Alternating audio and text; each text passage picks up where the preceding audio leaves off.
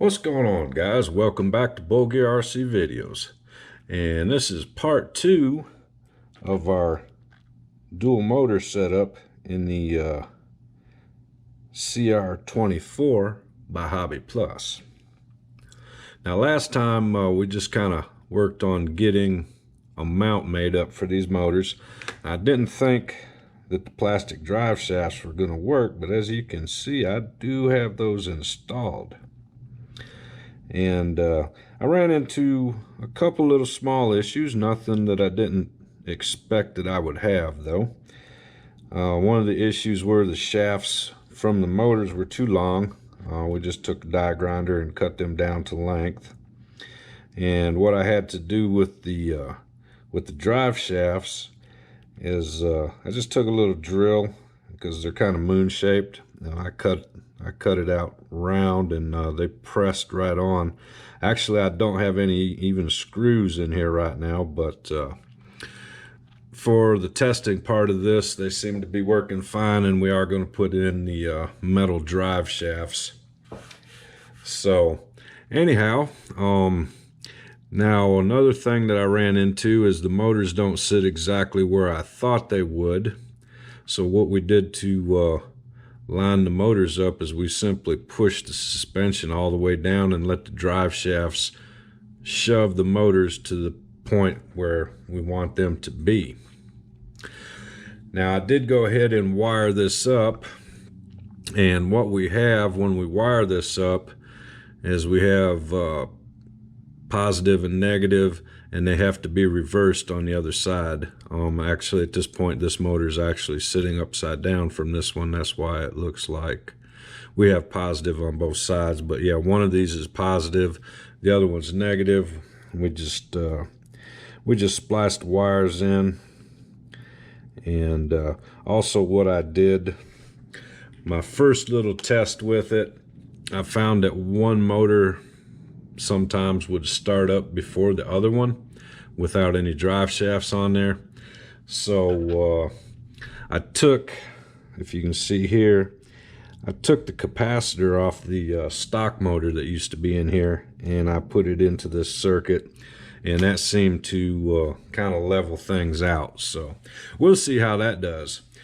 But I did crawl with this thing just a little bit in testing, and without even having everything put together, you know, I just hooked electronics to it, and this thing has substantially more low-end torque than it used to.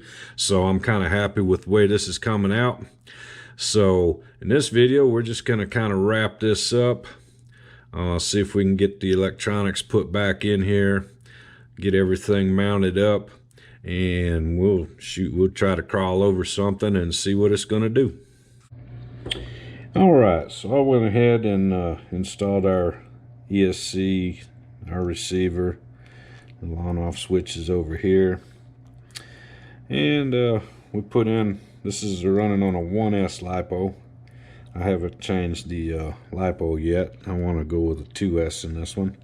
But we have everything installed.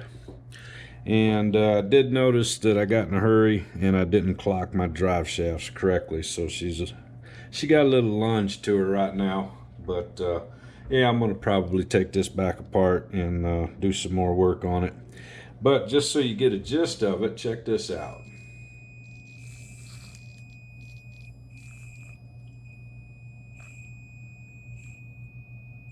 Look at that.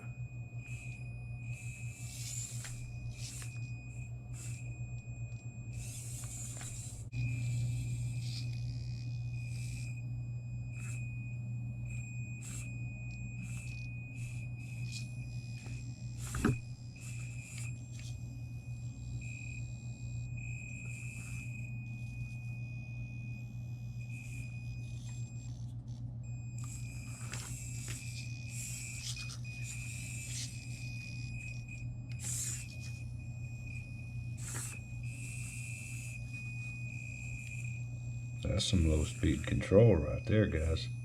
That's just what I was going for. Look at that thing.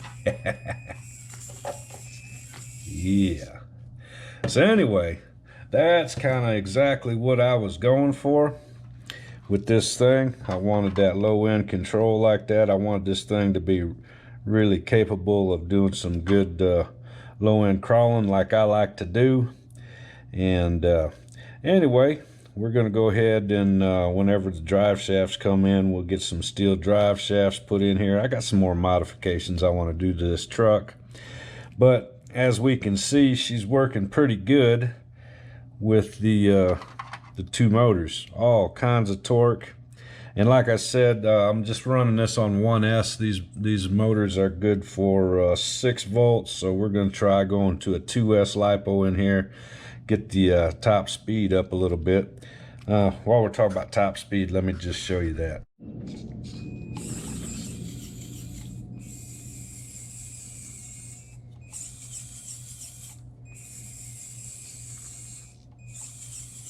So yeah, she's not that fast, but you know, that's kind of scale accurate for crawling size of this truck. Anyway, yeah, I think the she's slower in reverse for some reason. That might be in the ESC, but yeah, we'll go ahead and get the drive shafts clocked right, get this thing on 2S for next time. And until next time, guys, old Uncle Lee, bullgearrc video, saying I'll see ya.